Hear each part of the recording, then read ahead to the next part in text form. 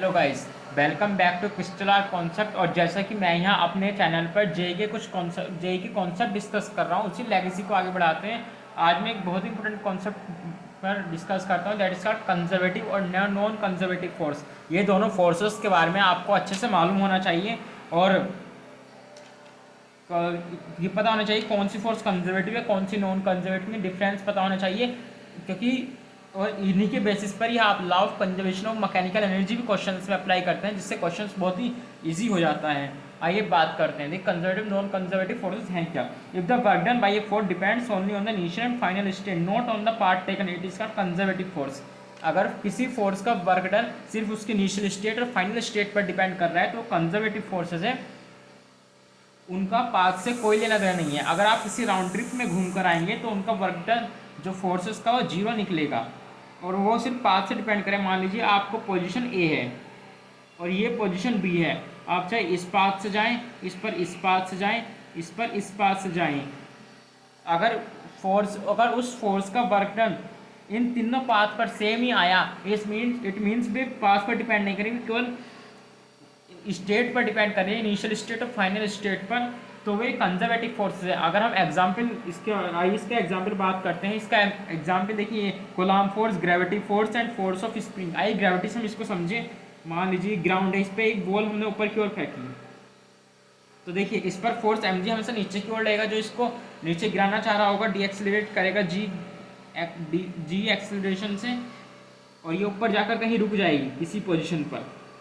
मान लीजिए ये एच है, मान लीजिए किसी एच पर ही जाकर रुकी। अब देखिए एम जी इस डायरेक्शन में और एच हाइट ऊपर गई है, ये इट मीन्स ये ऊपर की डायरेक्शन में गई है, तो इस केस में एंगल क्या है, cos theta, that is 180 cos 180। Work done का फॉर्मूला मैं पहले ही अपनी एक वीडियो में बता चुका हूँ, एफ डॉट डी एस, तो F into S into cos theta. Cos theta है क्या, 180, तो वर्क डन कितना होगा, एम जी फोर्स नीचे की ओर, डिस्प्लेसमेंट ऊपर की ओर, मतलब theta 180 cos 180, that is called minus work done by gravity to work done by gravity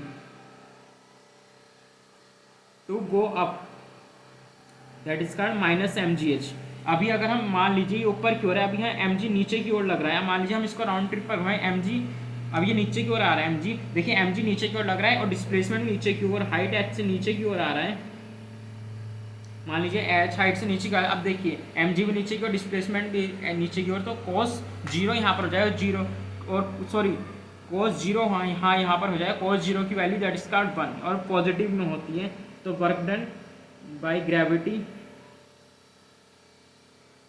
gravity to down, और that is called M G H. तो यहाँ पॉजिटिव आएगी, कॉस जीरो है और यहाँ पॉजिटिव आएगा, इसलिए आपका हम इस राउंड ट्रिप पर इस पूरे को कैलकुलेट करें, वर्क डन बाई ग्रेविटी,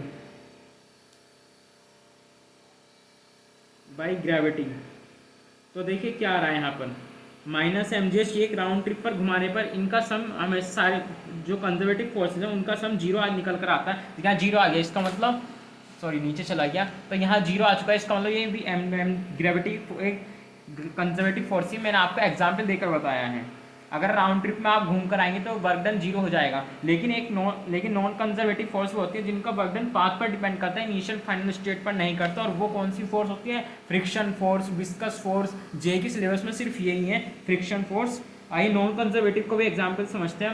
मैं इसका एग्जाम्पल देता हूँ इसी तरह कि किस तरह पार्ट पर डिपेंड करती है, इनका राउंड ट्रिप में इनका टोटल सम जीरो नहीं होता। और इसी केस में कंजर्वेटिव फोर्स में आप law of conservation of mechanical energy भी अप्लाई करते हैं, law of conservation of mechanical energy, यही वो अप्लाई होगी, initial kinetic energy plus potential energy equals to final kinetic energy plus potential energy. Non conservative वो मैं आपको अप्लाई करना सिखाऊंगा, उसमें क्वेश्चंस में हम सीखेंगे कि वो कैसे अप्लाई होती है, उसके ऊपर क्वेश्चन किस तरह सॉल्व होते हैं। आई नॉन कंजर्वेटिव फोर्सेस की बात करें, मान लीजिए एक ब्लॉक है, friction force, viscous force non conservative force होता है और इनका वर्क डन पाथ पर डिपेंड करता है। मान लीजिए कैसे, मान लीजिए एक ब्लॉक है और इस पर ये किसी वी वेलोसिटी चला है, यूनिफॉर्म वी वेलोसिटी से, और इसका एक्सेलरेशन जीरो है। मान लीजिए ये एल आगे गया, एल डिस्प्लेसमेंट, एल लेंथ के आगे गया, इसका डिस्प्लेसमेंट हुआ दैट इज कॉल्ड एल। और देखिए जब ये इस डायरेक्शन में ये चल रहा है ब्लॉक, तो इसका फ्रिक्शन फोर्स में से पीछे की ओर आएगा, काइनेटिक फ्रिक्शन पीछे की ओर लगता है, स्टैटिक फ्रिक्शन अपने आप को शिफ्ट करता है सिचुएशन के हिसाब से, और काइनेटिक फ्रिक्शन हमेशा मैक्स में लगता है, इसका म्यू इंटू एन, और एन इसमें क्या है, N equals to M G. तो इसका जो देखिए फ्रिक्शन फोर्स पीछे की ओर, डिस्प्लेसमेंट आगे की ओर, ये एल डिस्टेंस आगे गया, तो यहाँ से जो वर्क डन बाय फ्रिक्शन होगा आगे जाने के लिए वो क्या होगा, minus mu into N, M that is called M G, minus mu M G.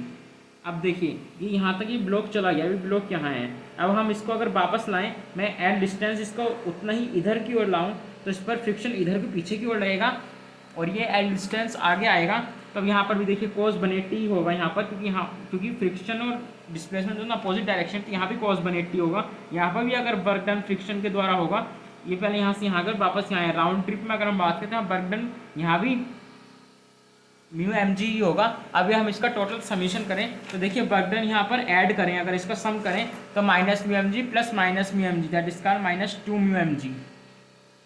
ये आप देख सकते हैं इसका सम जीरो नहीं हुआ, कंजर्वेटिव फोर्सेस के द्वारा क्या गया वर्क डन का सम जीरो नहीं हुआ, जबकि कंजर्वेटिव फोर्सेस का क्या गया work done by forces of conservative उनका वर्क डन जीरो हो गया, लेकिन नॉन कंजर्वेटिव द्वारा क्या गया वर्क डन राउंड ट्रिप में जीरो नहीं हुआ। एक नॉन कंजर्वेटिव फोर्स है